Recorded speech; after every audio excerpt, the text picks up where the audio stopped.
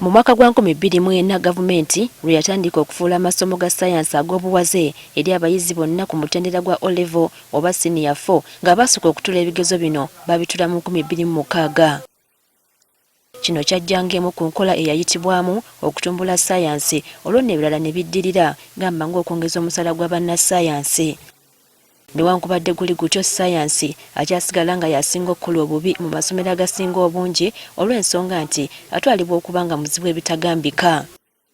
Kati okugezako okuzibwa mu bwata guno ab'ekitongole ki Science Teaching and Innovation Africa nga bayambibwako aba River Flow International Educationists and Consultants basalawo okutandika okutumbula ssayansi nga bayita mu kukwatako kiyite practical teaching. Tulwanyisa ensomesa ey'ebigambo.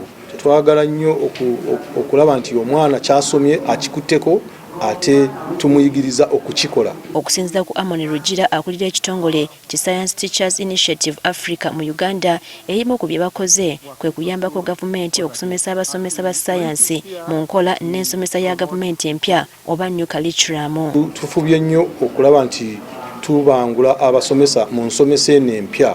Government yalese curriculum empya gye bayita competence based curriculum. Abaana twagala tubasomese nga beerowooleza, si musomesa kubalowoleza ekyokukola. Kati olwaleero agamu ku basomero agatendekeddwa okusomesa ssayansi mu nkola y'okulabako n'okukwatako gakontanye nga galaga buti abantu bwe basobola okutambuza obulamu nga bakozesa ssayansi.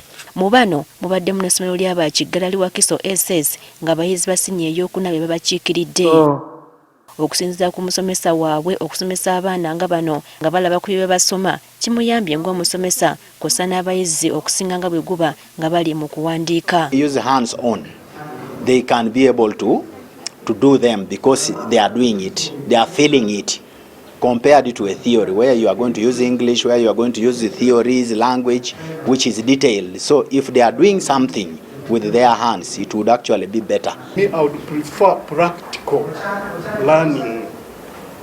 Why? Because the sciences, scientific concepts can help me to become what I want in future. Dr. Eddie Tulyatemba amyuka akulira amasomo g'ebyemikono mu Uganda agamba nti abaana okusoma nga balabako tekigenda kukoma kubayamba kuyita bigezo bulungi wabula n'okwekulaakulanya nga beeyambisa amagezi ga ssayansi. Bwe bakozesa ebintu bino ebya bulijjo mu ssayansi nga bwe tulabye bajja okwanukulera mu bibuuzo, so bijja kubayambira ddala bulungi okulabika nga bye basoma bikwatagana ne bye balina basobole ate okubikozesa n'okubiyiga okubanga basobola okuvaamu product ze basobola n'okutunda ne bajjamu n'ensimbi. Ne Dr. Cleophas Mugenyi, Kamisona wa Basic Education, agamba nti newankubadde wakyaliwo obwetaavu amasomero okufuna ebikozesebwa ebyangu okusoma ssayansi, gavumenti ekyalwa n'okulaba nga ebikozesebwa bino bibunyisibwa mu masomero gonna. Kati nga gavumenti mu primary twakagula science kits ezisukka mu 1,000 ne tuzigabira amasomero, naye nga bw'omanya amasomero go mangi gali mu mitwalo, naye nga gavumenti erina pulaani buli mwaka tuba tugula. Singa enteekateeka eno yongerwamu amaanyi, amasomero ne gafuna ebikozesebwa, ensomesa ya curriculum empya yakwanguyira nnyo abayizi okunnyonnyola ekintu kye bategeera obulungi. Priska Namulema, Agafeeyo ku Spark TV.